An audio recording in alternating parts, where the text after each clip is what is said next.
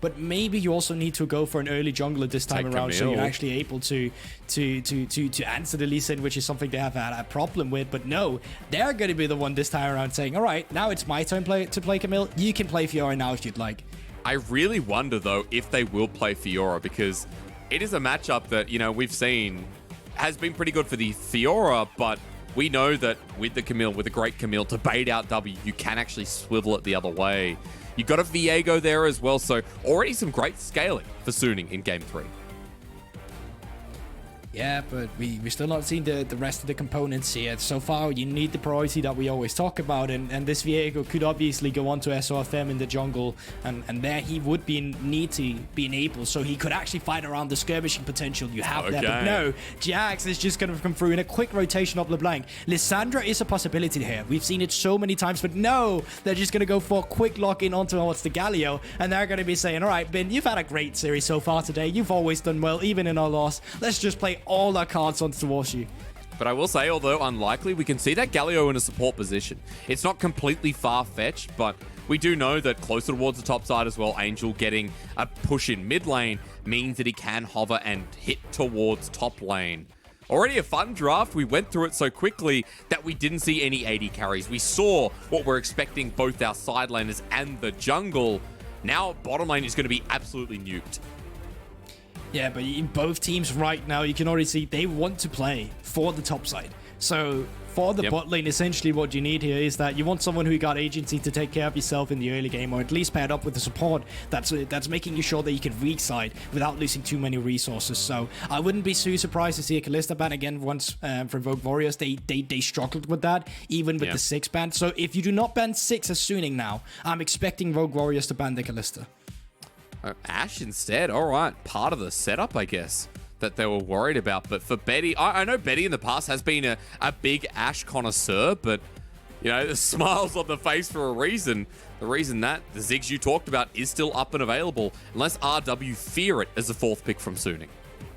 I don't think they fear it too much. Obviously, it is something you can still play on Huanfeng, and even if you want to, the Jhin is still going to be a viable champion when you're playing towards your frontliners here. But once again, wouldn't surprise me to see the Kalista ban. It's actually the Rakan out of nowhere, so I'm kind of just expecting Suning to either lock in one of these engage support that's still up available, like the Leona that we've seen so much high priority on, or the Nautilus, and then instead, or then instead go for the Kalista if that's what you have your priority on. Well, AD carry instead. That leaves a question to the potential again of the Galio. I know we don't want to really talk about it, but I will just keep it in the back of my mind. For Rogue Warriors, though, they have a bit of priority. Jax, LeBlanc. You have a bottom lane potential that does well against the Kalista. But do we just go back to the AP? Do we set ourselves up for Betty once again? 3 games in a row of Ziggs? And the answer is yes. Have we learned nothing from what we just watched before? I guess this is why the Thresh ban came through, to make sure that they could just forfeit or 5th pick that Leona. But throughout the entire laning phase before, it was just Kalista in favor. It was the Kalista that kept pushing them in.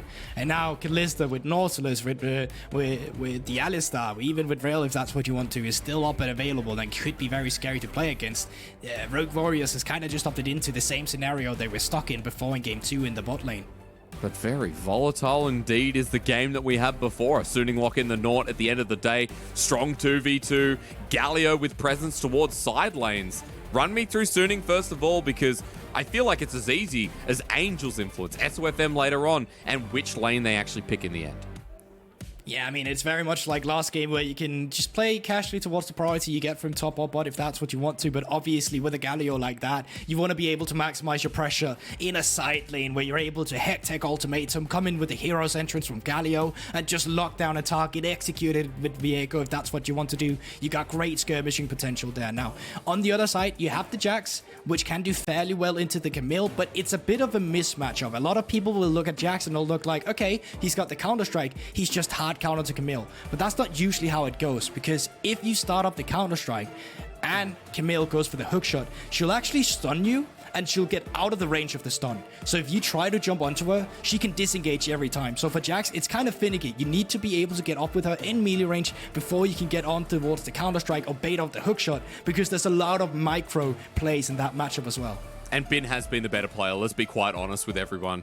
As Huanfeng found a bit of a hair, pulls it away. But Bin has been the better top laner in this series. It has been all about his Fiora, and sure, against the Camille, you can look at it as a different matchup, but when it is such a finicky matchup, when it is so volatile, we know that Bin does quite well in the isolated 1v1, and here, this time on the Camille versus the Jax, he knows both sides of the matchup. Bin a big Jax player, a big Camille player, a big Fiora player, a big carry top laner, so ZDZ has to pull it all out to try and carry this top lane, to try and bring Game 3 to its knees, and for Rogue Warriors to beat another top team within the LPL. They did it versus IG, and people are going to argue. IG's not a top team, Hysterics. Well, shut up. Game 3, we're going to find out anyway, and see if Rogue Warriors can inspire us once again, or if Suning are ready to continue their 3-win streak and turn that number into a 4. 100%. And, you know, there is also the 2v2 we really haven't talked about in the mid lane. The fact that you have LeBlanc and Lee Sin paired up together, that is like the most volatile 2v2 you can pair up with LeBlanc, where you go for the change, you land the Sonic Wave, and you just get an immense amount of mixed damage potential to just shut down targets you get on towards. So that is something you want to look for Rogue Warriors. You want to play towards the top side. And they're set up with the Jax Counter-Strike, they're set up with the chains, and then you just let Betty be a weak sider. The only thing I am concerned about with Betty down in this lane is that in the previous game, he did not do too hot in the 6 into the Kalista matchup. Now I'm looking on towards with Leona into Nautilus. Is that going to change something? Is that going to mean that they're going to be better at getting priority? And if they are, well, that's great, because then they won't have to get resources down there. But if they're not, then they'll have to get help from their team, and that help could potentially have been used in the top side to try and get a lead instead. And really get rid of the balancing act that will be Rogue Warriors composition. I like you talked about it here in game number 3, because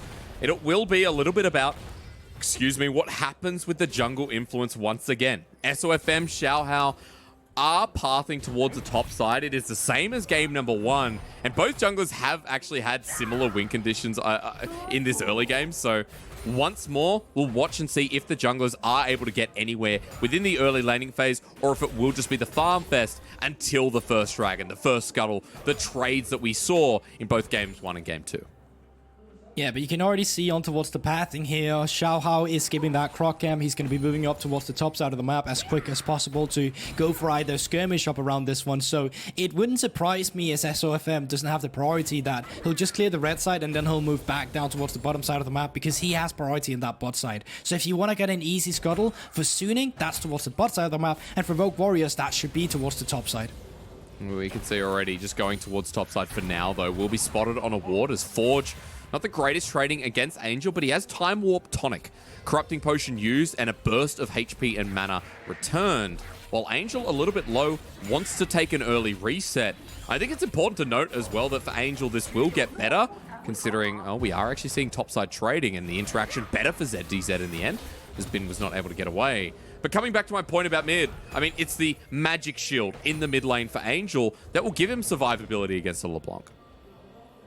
It is, and now moving up towards the top side of the map, he's not going for the scuttle, so this gank is coming in a lot earlier than you would usually anticipate from a jungler, and now that SofM is on towards the mid lane, it's giving you the idea that the river is clear. Oh, misses though on the Spectral Maw, and Forge unable to distort away.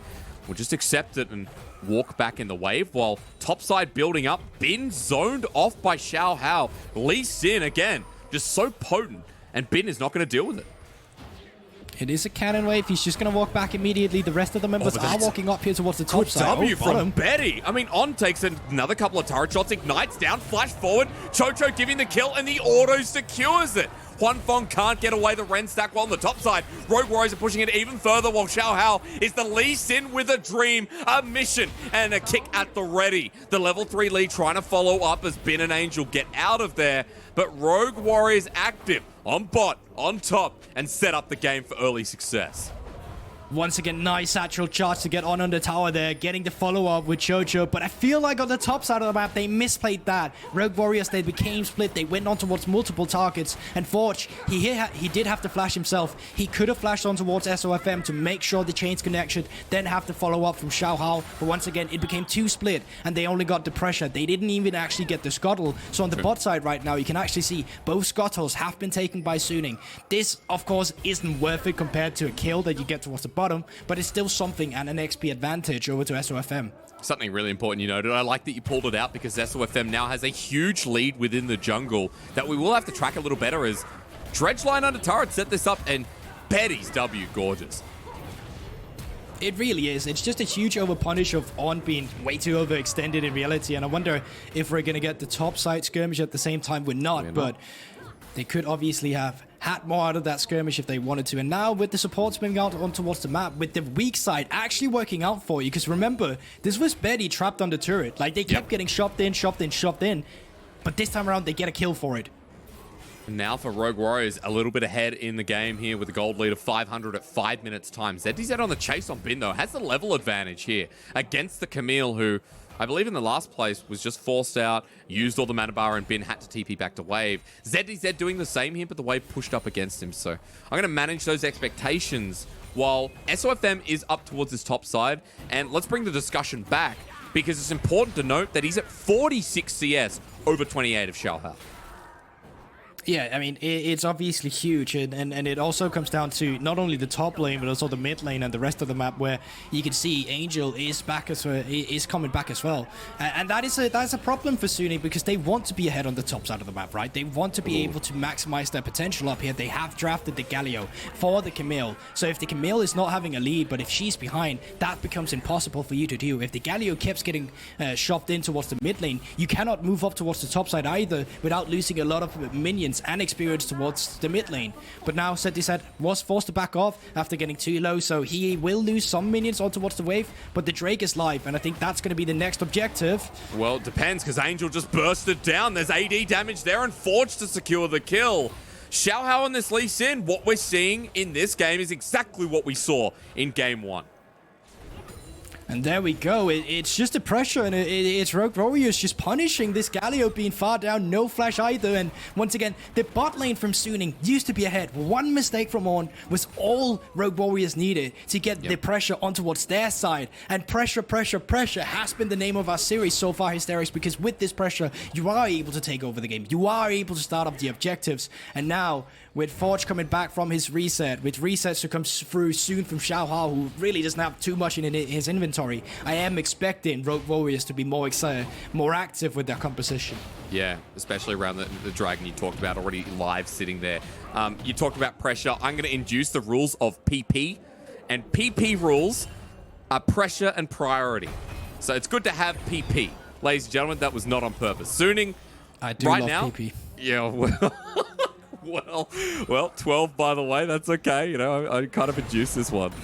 Suning still so far back in these lanes. I love that you bring up the discussion of bot, even with the CS lead. Huanfeng and On just back towards their turret, closer past the river, and even through mid. With the kill, with the CS lead, 20 CS behind. SofM trying to impact away finally, and Chocho not going to be able to get out for now. The Spectral Wall locks him down. The Facebreaker comes in, but it's more so that he wants the kill onto On, where that won't be a success. Huanfeng gets one back, and Suning bring back some momentum on their side. Yeah, it's very much needed as well, but on the other side of the map, they are capitalizing. They do want to be able to extend this gold lead, and obviously Herald has gotten so much value over the patch, because you do get more turret gold over taking over some of these side lane turrets, and side lanes is also the name of the game for this series, because you do have the Jax into the Fiora, or Camille rather, and if you're able to put her further behind in this matchup, you're also able to put the entirety of Suning's composition, quite frankly, a bit further behind, just because they have this Galio, and this Galio is so reliant of the top side. That's right, and hasn't moved from the map so far. Angel with the ulti available, but he's a level down. He's in a little bit of the creek without a paddle.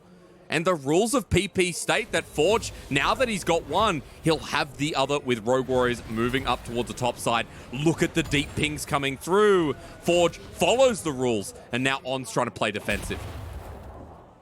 And there you go, but you can clearly see where the pressure is lying, right? It's Suning who's getting attacked, it's them who's forced to be a bit more defensive, and as you said, as soon as the PP expires here, no more pressure to play for, well, then you back off. But now, Bin, in a position where he has started a slow push, that becomes kind of hard for him, because he's forced to walk forward. And when he's forced to walk forward in a scenario where Rogue Warriors are able to get PP, well, you know, that's where it becomes hard from the side of Camille, because she can no longer fight for her own. She needs help from her team, but there's just not the priority to do so.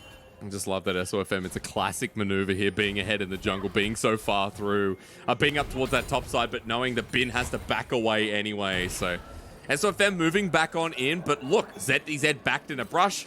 He's just going to try and push this wave instead and absorb even more farm in this game. If anyone hasn't watched SofM, if anyone didn't watch Worlds, I mean, this is what we know about the jungler. He will be, quote-unquote, selfish towards his own needs and pushing himself ahead, because a lot of the time he is the momentum in this team. He is the strength in this team, and pushing out, I believe even getting a turret plating there as well, will mean that he goes back and is pretty close to Divine Sunder as the components come through.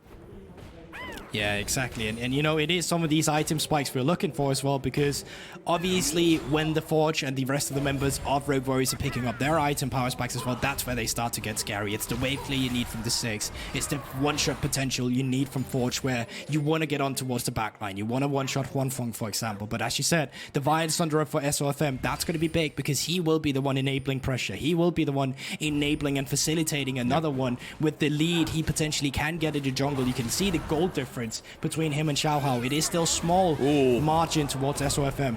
But look at the setup on this play. Xiaohao is waiting patiently. They're now spotted out, and SofM's moving down. But again, Forge, with so much in the mid lane, with 100 CS to his name, starts moving into Fog of War, and Suning have to pay that respect.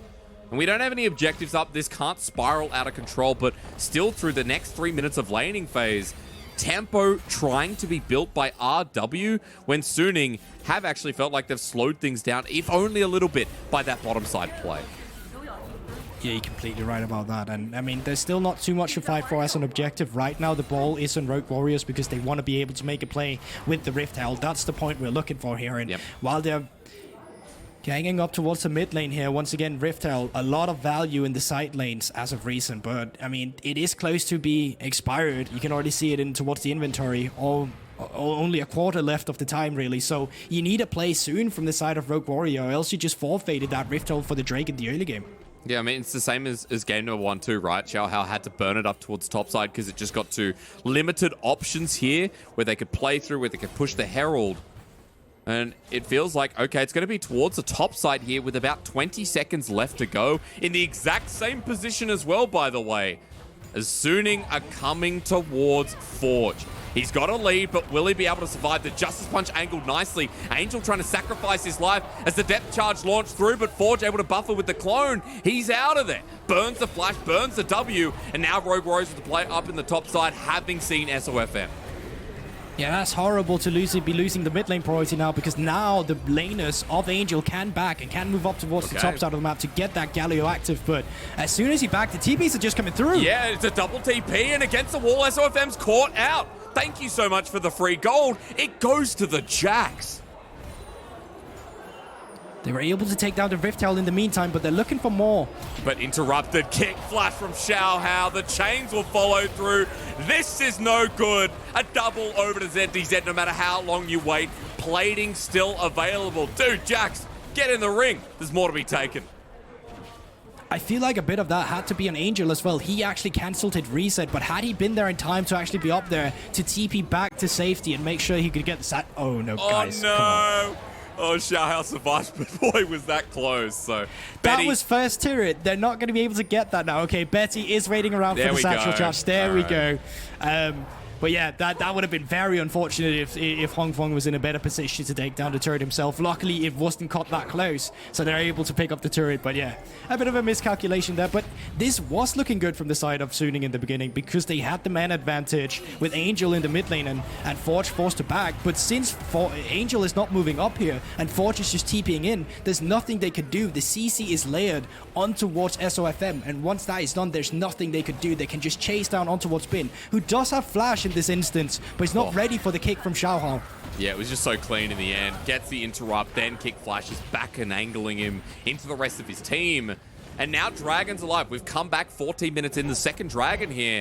I don't get a chance to ask you what's going to happen because the TP flies through, and QiuQiu right in the middle of the pit. ZDZ has rolled in as well. The level 10 Jax while the Mega Inferno Bomb doesn't do too much. The hero's entrance, great positioning as ZDZ is low on the back end. He'll die first as QiuQiu goes golden to buy time, but Rogue Warriors have opted into a fight against the Galio, and they're blown apart before they can get anything done. I'm not even sure what happened from Rogue Warriors there. They came off a reset where they had a gold lead and they should have some priority around these skirmishes, but they just threw everything into the Galio, and once they're CC'd up, it's so easy for Huanfeng once again in the background on this Kalista to just rend up the targets. Rogue Warrior, really a big mistake coming out from them after a one skirmish towards the top side. Oof. And you have a Kalista at 3-0 now, Guldborg. There's items like the Immortal Shield Bow, the Hearthbound Axe now in inventory. You're going up against a double Divine Sunderer. Well, look again how Suning just got given to them on a platter. Yeah, there you go. They want to get in here. The bomb is already used, and it's not even used on multiple targets. So Heroic's entrance come through, and they're just targeted down by Huanfeng kiting in the beginning. There's no way for Rogue Warriors to get a leeway into this fight. They're just too split up, and it's usual. Oh, it's really good CC potential being used by Suning to just scatter them away from the fight, making sure that they can get the second Drake for themselves. And no one able to touch Huanfeng means he's able to hop around, get resets, and pretty much give himself a 3-0 start to this game after the earlier kill down at the bottom lane. Feeling pretty good here as Suning might be down in gold, but have a lot of powerful members, have double dragon, and now with the second Herald, Guldborg, I think they're stronger at this point. Well, never mind, it's taken. Okay. I was gonna say it's out of the way already. Yeah, that was the thing.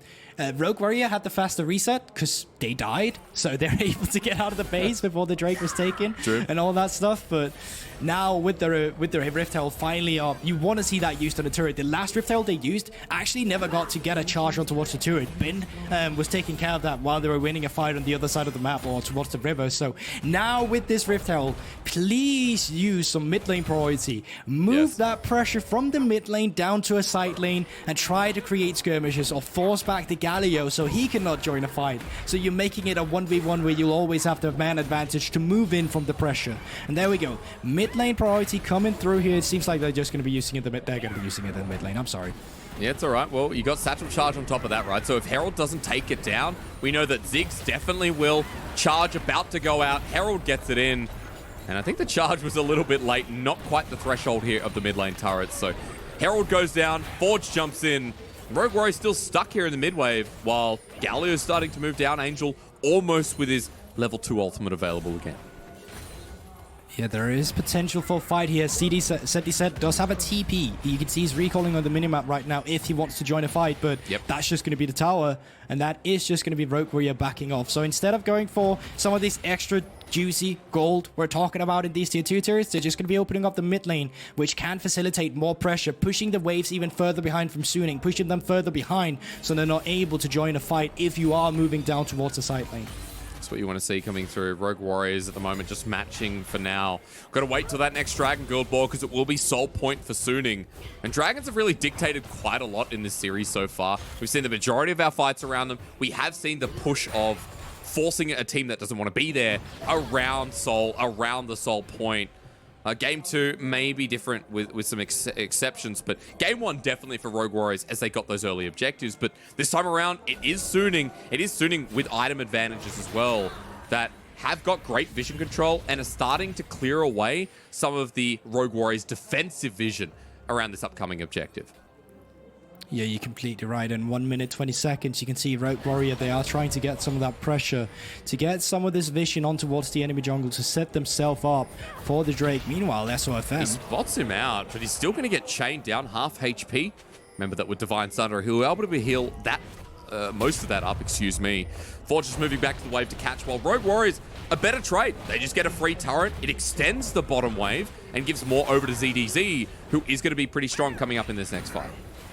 Yeah, you know, take a look at what's the items towards this next fight. Betty is actually on 2. He's got the Leander's Anguish, he's finished up the Nomicon, so he's got a lot of burn when he starts hitting these abilities as well. He's taking care of some of the lifesteal that we do see now.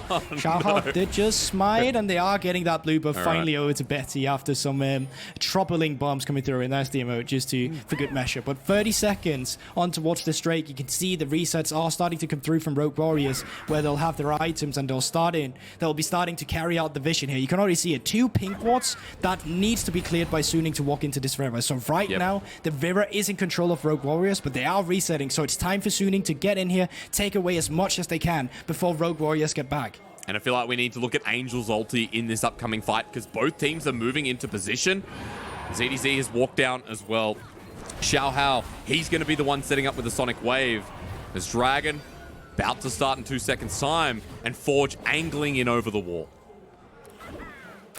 Drake has been starting up, and then they are dragging it towards themselves. Angel is around the mid lane, but obviously has that heroic ult entrance to just join the fight whenever. So take a look on towards Pin. Take a look at who he's going to join onto. QiuQiu on the back line. The ulti comes through. It is secured by SofM in the end, but look how low Suning are as Forge jumps in. Ignite ticking down to burn as well. Lucky to survive, but the rest of the fight is so Rogue Warrior's favor. It's crazy. ZDZ with the first one wants to get another leap strike as the Justice Punch run for the hills. Huanfeng about to be counter-striked, and I'm not even sure that's a real word. We're in the wrong esports right now as Rogue Warriors absolutely blasted them like an AWP to the face. And there you go, they mess up on the execution. They don't get the target with Bin on towards the Camille on a priority target like Betty, like Forge. They're just going in immediately, and the heroic entrance is not giving them anything. And now with the death timers coming through, they're just going to be starting up the Baron. TPs are coming through from the side of Bin and Angel as well. Good minefield from Betty there to slow Angel down. He doesn't get any movement speed from the TP, and Rogue Warriors start chunking it down. SofM level 12 versus level 11. Watch for him for the steal in the pit as he goes into his invisibility, but he's going to be slowed down once again by good bombs from Betty. It's down. Angel's just destroyed. Suning have lost a member off the bat as poked down his Bin right into the thick of it. Forge gets a distortion on the spot. It's a double over to the mid laner, and Rogue Warriors may lose him, but they get the Baron. Suning in stripe as the Solar Flare won't lock down on, but the Counter-Strike at the ready. Huanfeng jumping in. Rogue Warriors need to leave this one alone as a great W once again, but SofM with a reset, and this is where it begins. Counter-Strike, no! Betty takes down yet another to slow down Huanfeng. That's the next move as the dredge line doesn't connect. Sonic Wave, resonating strike, and Betty's in backup mode again.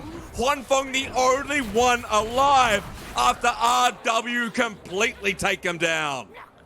With these skirmishes, they're so close. Angel was caught out of position and immediately bursted down by the damage we see. And in the end, Baron does go over to Rogue Warriors, which does benefit their composition heavily. They have the split push with the Jax. They have the priority they can gain with the Ziggs to start sieging things off. And Angel, he's just walking into this one. Really easy for QiuQiu to just seize him off, blow him up with Forge, then Forge on a solo mission, keeping the enemy at bay. Yes, he'll die, but the rest of Rogue Warriors, they were able to get Baron in the meantime. And with this Baron, they're feeling confident enough to take the fight. Now, this is where it starts to get a bit close, though, because Huanfeng joins the fight. And take a look on towards SofM. There's the first hard render. He's got the second one off the reset, and he makes this fight incredibly close. If he were able to get this Counter-Strike off before he died, this could have been an entire different fight, but he was not. And you can still see how close this fight becomes when Huanfeng is still pulling out an immense amount of damage, making Xiaohao go so low, but not low enough.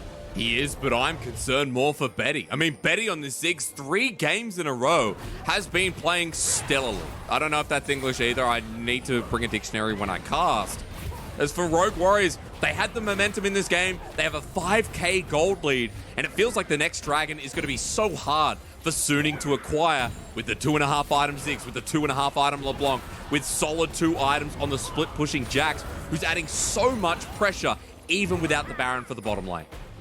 Yeah, and there you can see they're just waiting for ZDZ to push in a slow push here. They have the Baron off on Xiaohao, and there they go. They'll just be pushing down these turrets as a 5-man unit. Forge actually in the mid lane getting chased down, and that's a lot of members from Suning who's taking care of Forge rather than taking care of the siege. And honestly, I don't mind them doing this. They can't do anything about this. It's a stack wave. They Baron off. They got 6 to poke them down in the meantime. And Suning, they're starting to get desperate. QiuQiu, though, wants to go in. He has to use the Zenith Blade, and now On might be turned off. Solar Flare good. The Mega Inferno Bomb, a lot of damage at Huanfeng to save his support's life. SofM taking bomb after bomb after bomb after bomb. And QiuQiu, even though he's low, he sets it up so another turret drops into the dirt against Suning. And there we go, 1 minute for the soul that could potentially been in Suning's favor, but they've lost the grasp of this game. So with the resets coming through now from Rogue Warriors, it's up to them to keep up the pressure. But remember, there is still some execution you can play off here. There's 2 items onto the Camille. There's 2 items on Huanfeng, who has been a stable laner, or what do you say, carry in the backline on the Kalista. And SofM did just finish up Hysterics Gauge at the same time. So this is the fight as Suning you want to take, where you're able to get the soul. I'm just waiting for the combo we haven't seen yet here, Guldborg. Bin's Hextech ultimatum into the heroic entrance. From Angel Bin, we haven't seen that perfect setup that can blast Rogue Warriors. And 15 seconds before Dragon, I feel like that's one thing we got to look out for.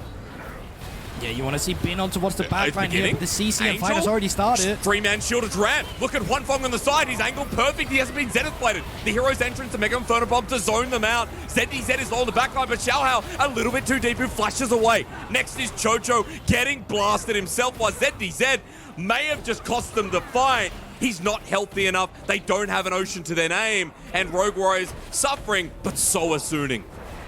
Yes, Seti said, please just recall. You have TP. Why are you just starting the recall now? It's coming through so late. And it's going to net all the priority over to Suning while this is coming through. I mean, Forge is going in there trying to bluff it away, but the Winds of War, he's dead! And ZDZ can't TP, and now it has to be a 5 versus 4, with Suning a happy to take. Everybody's in. Rogue Warriors, your top lane just needed to recall as he gets a good counter-strike, but I fear it's way too late. Huanfeng with Ren City, and baby, it's Betty who has to watch as his bombs hit the shelf. Bin laughs, hits hard. That's it. Suning will get the soul, and most likely the game comes with it.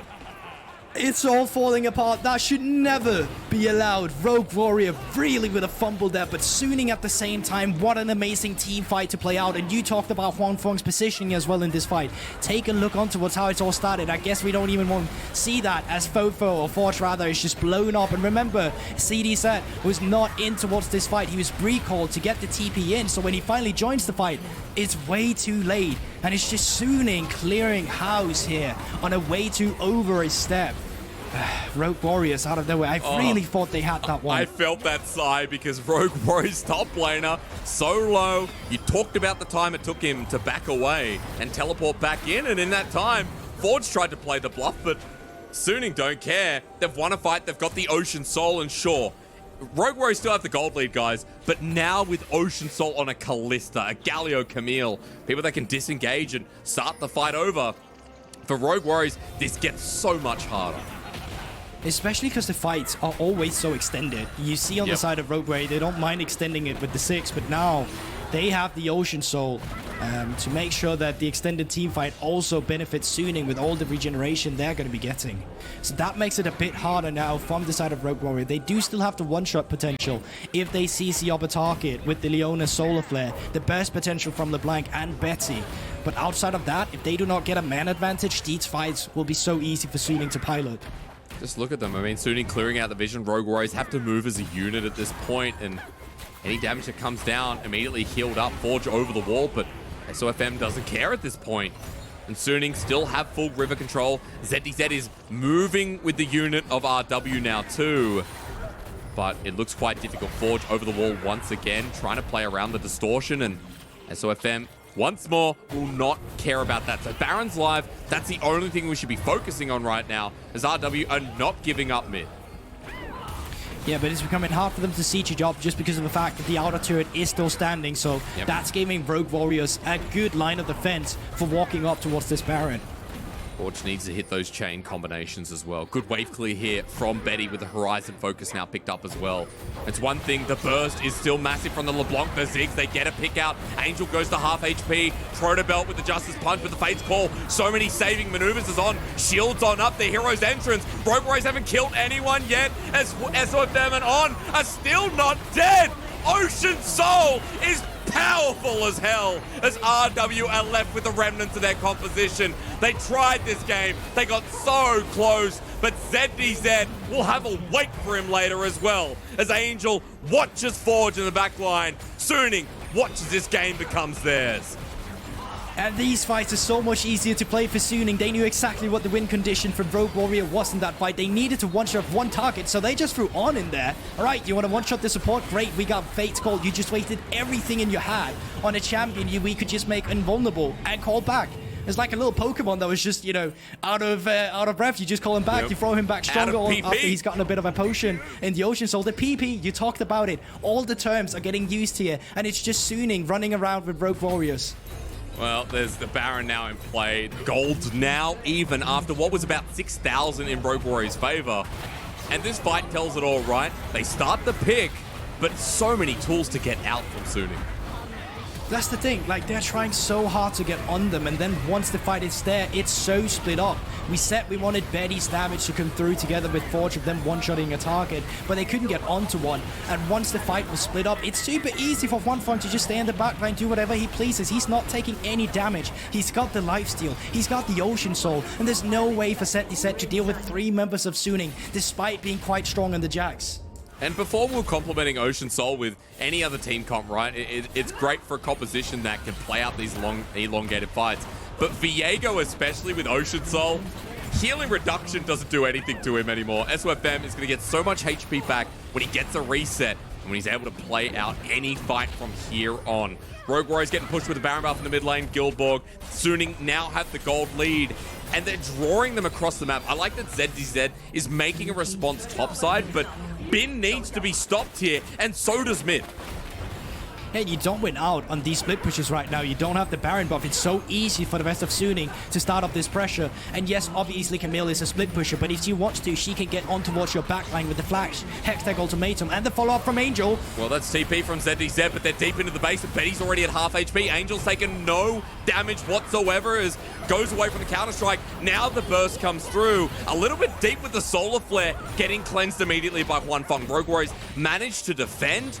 That's because Bin wasn't there. He's pushing bottom side, so even with a pick, you need so much more. But Bin goes in to kill the turret, and against the whole team, he flashes away. Hextech ultimatum buys space, and SofM comes in off the wing himself. He'll go down. SofM has the Heartbreaker over the wall. On jumps in. Huanfeng into the middle of it. Suning, you might have Ocean Soul, but this is so dangerous. Watch him though. Jumping, hopping, skipping around. Rogue Warriors 2 versus 2, but resets from SofM. Xiao, he's going to be blasted as well. And ZDZ in a minefield.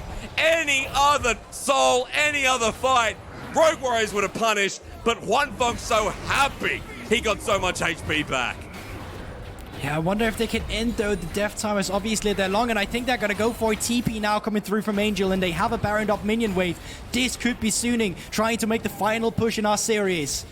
Well, 3 versus 1 for the time being. 10 seconds till we get the Ziggs. 3 on QiuQiu here, but Solar Flare's only going to buy some time as we go right back into the oldie for ZDZ. He has the Guardian Angel there as well, trying as he might. Suning are jumping on. Not enough damage for now, but Rogue Warriors, they've got another enemy to deal with as Bin comes on in. QiuQiu as well, going to be taken through.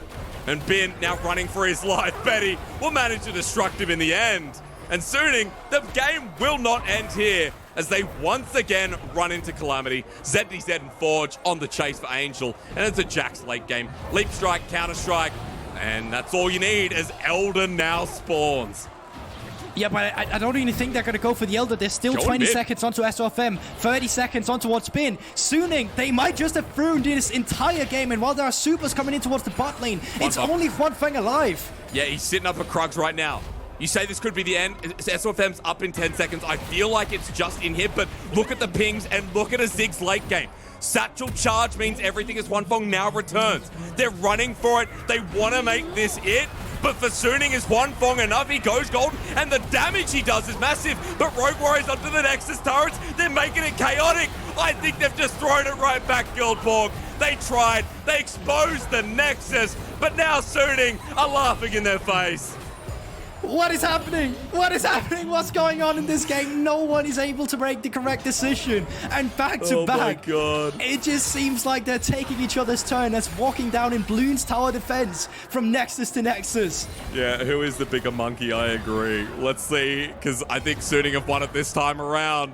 20 seconds until it's mid-jungle spawning, but they can run straight through mid, and QiuQiu just trying to get the waves off the next turret. Maybe not. Maybe they say, let's ping Elder and stop this base for base race, or whatever we were to call it, the rush for the end. There's no TP up except from Betty. He does have the wait. Is Betty going to TP? I can see the pings going on towards the base. There's a ward in base. I wonder if they're going to be looking for that. The recalls are coming through. I don't think he's going to do it now. Well, let's see. Elder's going to be picked up in a second, and you're right, playing super defensive from Suning. So they get the Elder on all 5 members. They back away, and there's a ward in base that has just been cleared. So no backdoor shenanigans here. Both Nexus I believe, are exposed as we look at Rogue Warriors trying to end the game. I cannot believe what I'm watching. Honestly, I mean, it's just the members of Rogue Warriors are doing so much to try and take down the Nexus turrets that they're just not paying attention to the damage that Huanfeng is still able to pull out in these team fights. He's a 5-item, full item actually. Kalista coming into that one, so he does an incredible amount of damage, and they just did not respect that. And now Elder on Suning. It's looking like the game is finally in their favor, but I'm too scared to call it. Look at what Forge is doing. He's waiting for the wave to pass. ZDZ is going to show, or maybe not. Forge is going to try and do it, ladies and gentlemen. Look at the little LeBlanc that thinks he could, while Suning are heading towards Baron. Oh, they have good vision control. They can't spot him. I wonder if he's going to be found out. They don't know. For now, we can have a Pepe laugh. But we know how deep the wards are. Huanfeng's backing away. Go to the right, go to the right. Oh, he needs to go right. Is he goes left. Is he going right? Oh, he's going back. He's still there. Oh, well, this really is like a first date, isn't it? I mean, have I used that analogy enough in the LPL? I don't think so. What are they wearing? What are they going to do? What restaurant are we going to? We haven't really organized things too well. And so everything is up for debate. Will I marry this woman? Am I never going to see her again? You know, maybe it's a man. It doesn't matter. It depends what sex you are. It doesn't matter. All right, enough projecting. Now Huanfeng, he's moving forward now, I think. There he is. He's behind him. Okay. But Angel, he's going to... Angel is just around. He's the guard dog. Angel, he's spotted. Oh, he's going for the distortion. He flashes immediately. Angel matches as well. Looking forward, trying to end the game. But there's still an Elder buff there. But into the pit. Betty's joined too. Suning are outnumbered. The Nexus getting hit down. The heroic entrance. Betty needs to hit it. No, they did it. They've got it. The satchel charge to secure. And Rogue Warriors, yes, I'll say it again, they're bloody going to Worlds. I cannot believe they did it. They did it with that strategy. Are you kidding me? I haven't seen that in a while in League of Legends, but LPL delivers with Rogue Warriors going against Suning. Suning who came in as the favorites. And that is the way we get to watch the series end.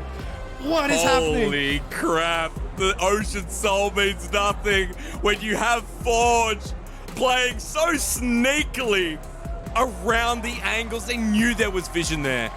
And Angel flashed over. It doesn't matter. Betty was there. The ward down. How ecstatic would you be from Rogue Warriors, who now move up to 3 wins in such an exhilarating fashion? Oh, this is... I cannot believe it. Unexpected game. The unexpected series from RW. They just keep on surprising us like they have many years in a row. What a game. Forge, the Metal Gear Solid all the way through. You projecting your life decisions onto him suddenly flashing forward, placing a ward for the rest of his teammates to TP on towards the Nexus. Was it clean, this game we just watched? Hell no. No. For some parts, the macro sucked. But I don't care about that. That ending is why I love the LPL. That was wild. That was so wild. And what a great day for there to be nothing like LCK for people to go and have a sleep on. We got the LPL game that, you're right, Game 3 was by no means clean. Suning almost ended off. It was delayed. They almost threw it away completely. Rogue Warriors almost did the same by rushing towards the Nexus. And it didn't matter about win cons. It didn't matter about what we talked about throughout the game. It was all about pulling out the bluff and trying to get that backdoor, as Forge did so well. Like, Forge on LeBlanc has to get MVP. I cannot believe he was not spotted.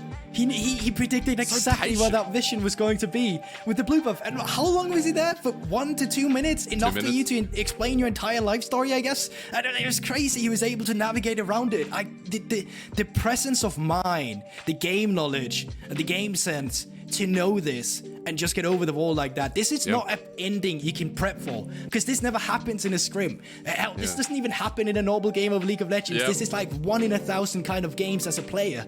And he was able to navigate it like he was. From Rogue Warriors of all teams, pulling a win against Suning 2-1 in this series. I'm quite baffled. At some points here in this game, I don't even care what happened. This ending, it takes the cake all the way. We need a replay of that ending. I'll be waiting for that one, because gold graph be damned.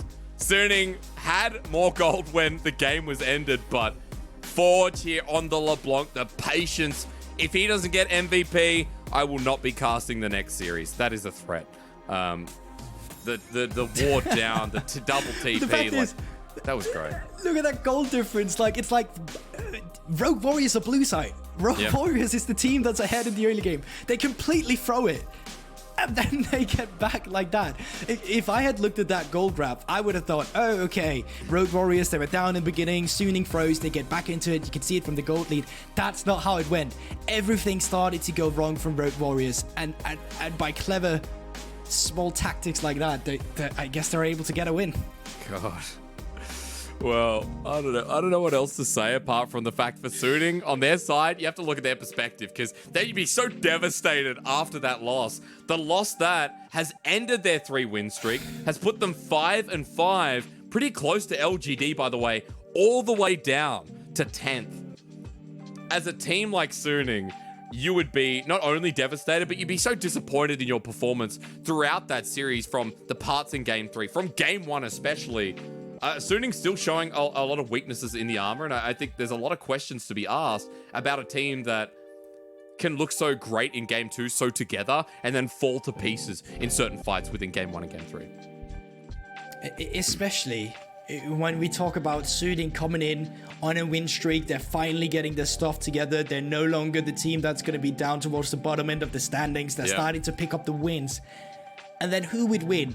Top esport? Rogue Warrior, not Rogue Warriors, RNG, or a chunky little Rogue Warrior who's just standing on the road, 15th placed in the LPL, just completely shutting you down, dominating the first game. Second game, they get dominated themselves, and then this third game, I mean, I am lost for words in this series. Yeah, I'm just ready to bring up MVP. We'll be waiting for that one, folks. Again, because we are in Shanghai, we do get an interview today, and what a day to get an interview with Wendy, and hopefully, I don't know who you'd get of Rogue Warriors. It looks like Forge was very happy. Xiao Hao as well, kind of jumping for joy, I believe, towards the end of that one as well.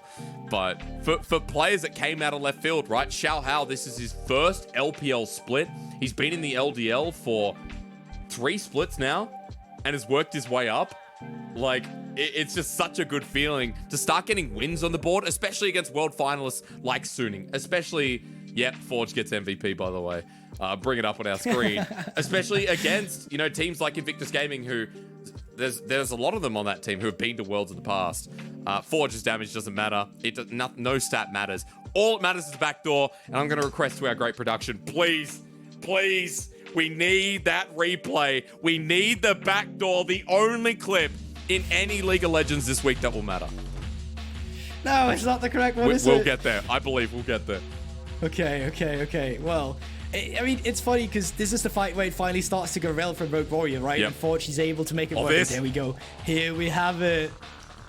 Oh, Angel double backs. There's pings going down. They're missing pings. He doesn't know. He doesn't know. But it's what is it in the end? It's the ward down. And of course, with Spectator Bug, when it's in the middle of W, you don't see the teleport. They get numbers advantage. Betty buys time. And I'm not even sure it was Satchel Charge in the end. I don't think you can Satchel Charge Nexus. That was wrong. That was just the auto attack. The passive and one auto from the LeBlanc as well. That was enough. So that's so exciting to watch. That was a great backdoor. And funnily enough, with Rogue Warriors, last time I saw a backdoor was them versus IG, and IG made the backdoors on them. Ladies and gentlemen, interview time. Xiao Hao is the person we're talking to alongside Wendy. I know my question. I'm sure you do as well as we send it over.